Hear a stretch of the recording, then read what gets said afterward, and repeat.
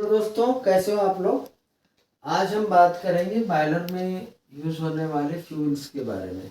तो जो इंडिया में फ्यूल्स अवेलेबल हैं वो है furnace oil, LDO means low density oil, HSD means high speed diesel, wood, coal. Coal में अलग अलग ग्रेड है, ए ग्रेड से जी ग्रेड तक। यहाँ जो हम बात कर रहे हैं वो ई ग्रेड कोल की है जो जनरली यूज होता है। Husk, husk means rice husk की बात कर रहे हैं। Then LPG, liquid petroleum gas, और नेचुरल गैस। तो इसको हमने इसलिए यहाँ पे दिखाया कि हम बात करेंगे हर इसकी क्वालिटी के, इसके एनालिसिस पे, जिसके आधार पे हम डिसाइड कर पाएंगे कि हमें कौन सा बॉयलर लगाना है और कौन सा फ्यूल हम अपने बॉयलर में इस्तेमाल कर सकते हैं। सबसे पहले इम्पॉर्टेंट चीज़ है GCV. GCV means grass calorific value.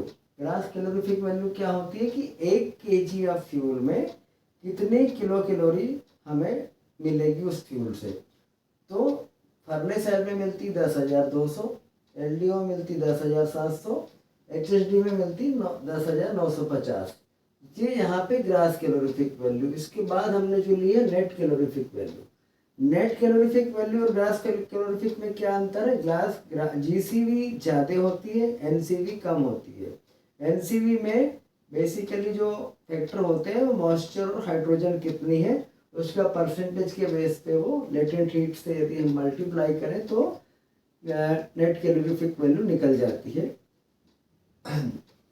अब यहाँ वुड का है 4,400 एनसीवी, कोल का है 3,800। जैसे हमने बताया ई ग्रेड के भी कोल की बात करेंगे तो हस की 3,100 है और एलपीजी की 10,750 है। नेचुरल गैस, नेचुरल गैस आजकल इंडिया में सब जगह जा रही, तो नेचुरल गैस क्लीन फ्यूल के उसमें मानी जाती है। यदि आप सीएनजी का इस्तेमाल करते हैं नेचुरल गैस का, तो ये क्लीन फ्यूल है, इसमें कोई पोल्यूशन या कुछ इशू नहीं होता है। बाकी के फ्यूल्स में हमको बहुत केयर करनी पड़ती है कि पोल्यूशन की, उसकी भी बात करेंगे हम। तो सल्फर कंटेंट जो है, सबसे पहले बात करें सल्फर कंटेंट कितना होता है। फर्नेस ऑयल में सबसे ज़्यादा 4% सल्फर होता है, एलडीओ में 1.8% होता है और डीजल में 1% होता है। बाकी फ्यूल्स में आप देख रहे हैं जो बेसिकली एग्रो वेस्ट या नेचुरल रिसोर्स पे हैं तो इसमें सल्फर कंटेंट कम होता है और एलपीजी और सीएनजी में 0 ही होता है। कार्बन कंटेंट, कार्बन कंटेंट की इस फ्यूल में कितना कार्बन कंटेंट है? फर्नेस ऑयल में 1% रहेगा, एलडीओ में 0.25% रहेगा, एचएसडी में 0.05% रहेगा। सबसे ज़्यादा कार्बन किस में रहता है? वुड में और कोल में, और हस्क में उससे कम हो जाएगा। एलपीजी में 81.50% और नेचुरल गैस में 66%। अब यहाँ पे यदि कार्बन कंटेंट का इफेक्ट क्या आएगा? कार्बन कंटेंट यदि ज़्यादा है यहाँ पे तो आपको आपके पॉल्यूशन कंट्रोल इक्विपमेंट की ज़्यादा डिज़ाइन अलग हो जाएगी और वो आपको लगाना पड़ेगा जिससे कि आप उसको कंट्रोल कर पाए एमिशन में। एस कंटेंट, एस कंटेंट कितना रहेगा? एस कंटेंट जितना रहेगा उतना ये फ्यूल बर्न होने के बाद आपका वेस्ट में एस निकलेगी। सबसे ज़्यादा एस कंटेंट कहाँ पे है? कोल में है। कोल में जितना ज़्यादा है तो कोल का यदि आप फ्यूल इस्तेमाल करते हैं तो आपको, आपने देखा हमने यहाँ नीचे पॉल्यूशन कंट्रोल की भी बात की है, तो आपको पार्टिकुलेट मैटर इसमें ज़्यादा रहेगा, एसपीएम ज़्यादा रहेगा, जो एमिशन निकलेंगे इसकी केयर करनी है। बाकी इसमें एस कंटेंट 0 है, दैट मीन्स ये क्लीन फ्यूल हो गया, इसमें कोई पॉल्यूशन आपका एमिशन से नहीं के बराबर निकलेगा, आपको ज़्यादा कुछ केयर करने की आवश्यकता नहीं है। अब मेन चीज़ आती है कि स्टीम पर केजी ऑफ फ्यूल कितना जनरेट, कितने केजी फ्यूल स्टीम जनरेट होगी, मीन्स कि 1 केजी फ्यूल में कितने केजी स्टीम जनरेट करेंगे हम। तो ये है एफओ में 10, एलडीओ में 10, एचएसडी में अप्रोक्सीमेट 10, वुड में 4.4 और कोल में 4 केजी ऑफ स्टीम हम पर केजी ऑफ कोल जनरेट करते हैं। हस्क में 3 का रेशो आता है, एलपीजी में 10 का आता है और नेचुरल गैस में 8 का आता है। यदि थंब रूल की बात करें तो सीधा सीधा आप देखेंगे कि जितना इसकी कैलोरीफिक वैल्यू है उतना ही, यदि डिवाइड 1000 से कर दें तो उतना ही आपकी स्टीम जनरेट होती है हमारे फ्यूल में। तो आपको ये भी देखना है कि स्टीम जनरेशन पर केजी ऑफ फ्यूल कितनी हो रही। देन सबसे इम्पॉर्टेंट होता रेट। आप कोई भी फ्यूल डिसाइड करेंगे तो पहले मैनेजमेंट या कंपनी देखती कि हमें इकोनॉमिकल कौन सा पड़ेगा, और इकोनॉमी के हिसाब से बात करें तो फर्नेस ऑयल का ये अप्रोक्सीमेट रेट लिए है, जो भोपाल में अप्रोक्सीमेट लैंडेड रेट पड़ता है। एफ ओ का रेट अभी 50 रुपीज़ के जी है, एल डी ओ 75 रुपीज़ के जी, एच एच डी 92 रुपीज़ के जी है। वुड यहाँ पे चूँकि आसपास फॉरेस्ट बहुत है तो करीब 4 रुपये के जी वुड मिल जाती है।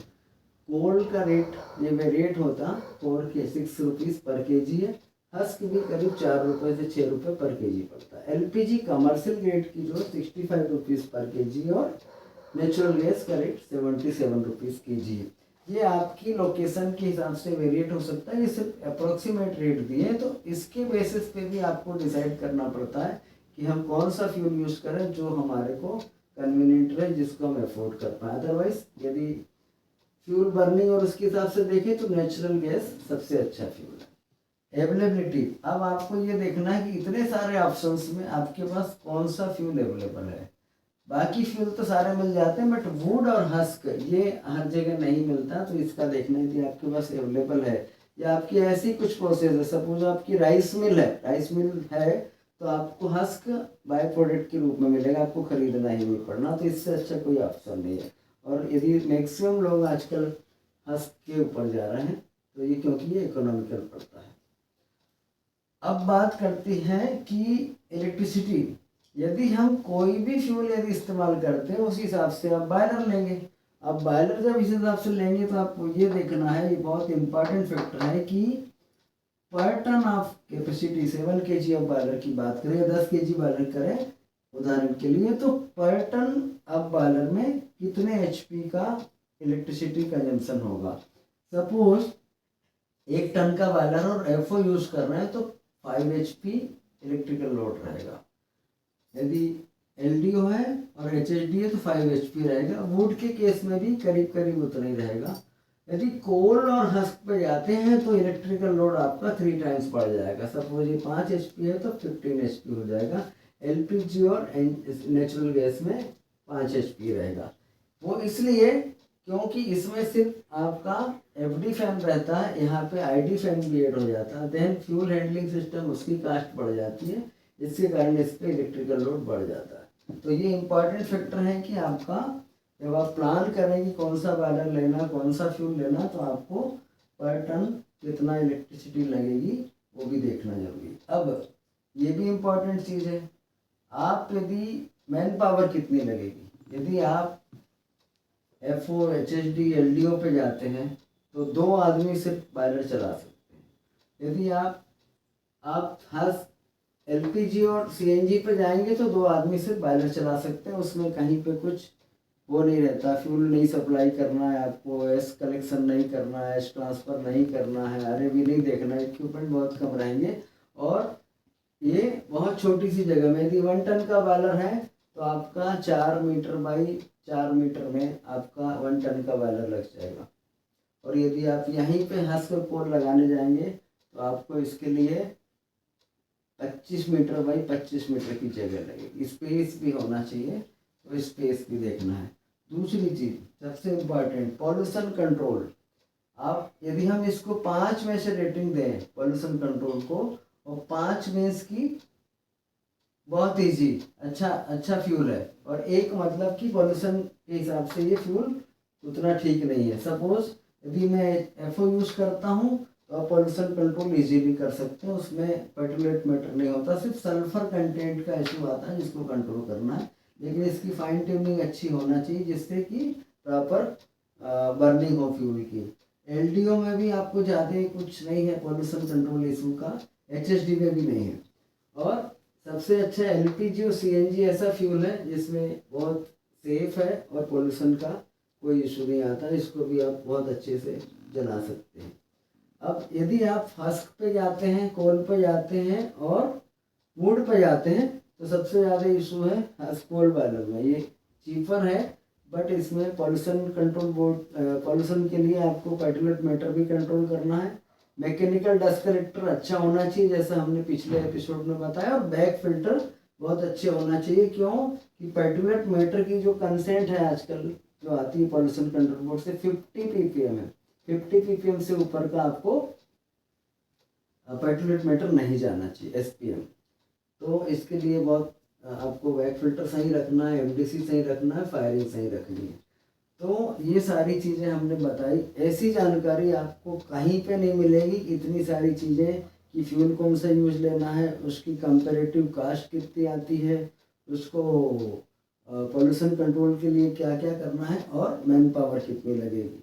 तो आज का कंटेंट आपको बहुत पसंद आया होगा। मुझे उम्मीद है कि आप इसको लाइक करेंगे और हमारे वीडियो को शेयर करेंगे और सब्सक्राइब करेंगे। Thank you. अगले एपिसोड में हम बात करेंगे कि बॉयलर कौन सा कितने टाइप के बॉयलर होते हैं और उसको कैसे सेलेक्ट करना है। Thank you for watching our video and content.